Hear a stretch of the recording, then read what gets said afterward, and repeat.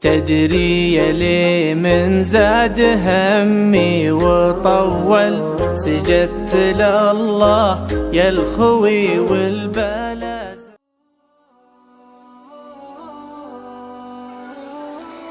Setiap manusia memiliki ajal dan kematian tidak bisa dihindari, dan kita tidak ada yang bisa lari darinya.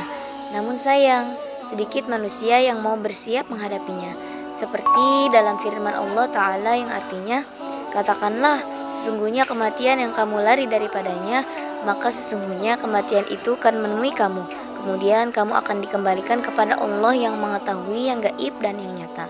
Lalu dia beritakan kepadamu apa yang telah kamu kerjakan. Quran Surah Al-Jumu'ah ayat 8.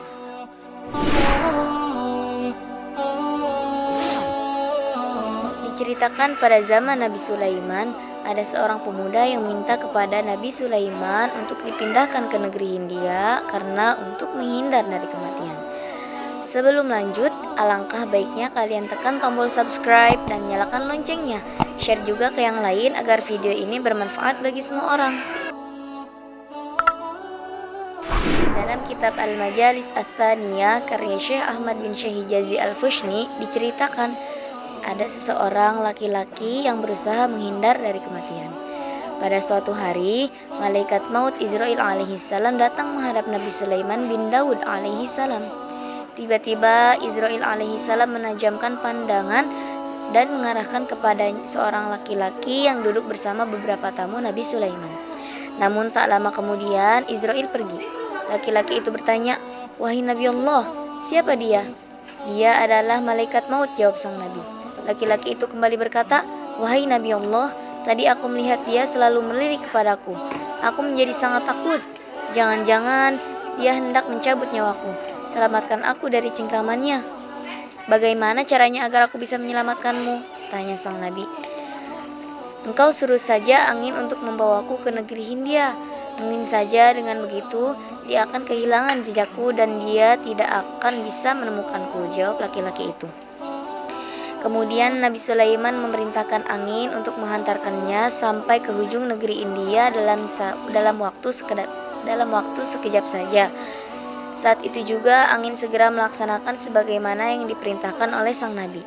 Sesampainya di sana, malaikat maut kemudian mencabut nyawa laki-laki itu. Setelah itu, malaikat maut itu kembali menghadap Nabi Sulaiman alaihissalam. Nabi kemudian bertanya, "Kenapa tadi Anda melirik tajam kepada laki-laki itu dengan tatapan yang tajam?"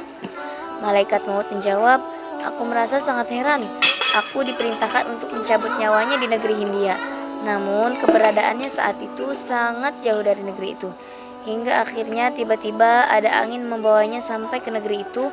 Lalu kucabut nyawanya di negeri itu pula sesuai dengan apa yang telah ditakdirkan oleh Allah Subhanahu wa Ta'ala." Setiap yang bernyawa pasti akan mati. Setiap manusia tidak bisa menghindar dari takdir kematian, karena itu sudah ketetapan Allah Subhanahu wa Ta'ala.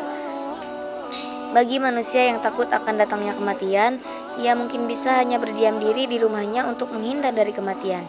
Namun jika telah tiba saatnya ditentukan kematian kepadanya, niscaya malaikat maut akan mendatangi tempat di mana ia akan mati di tempat tersebut. Wallahu a'lam.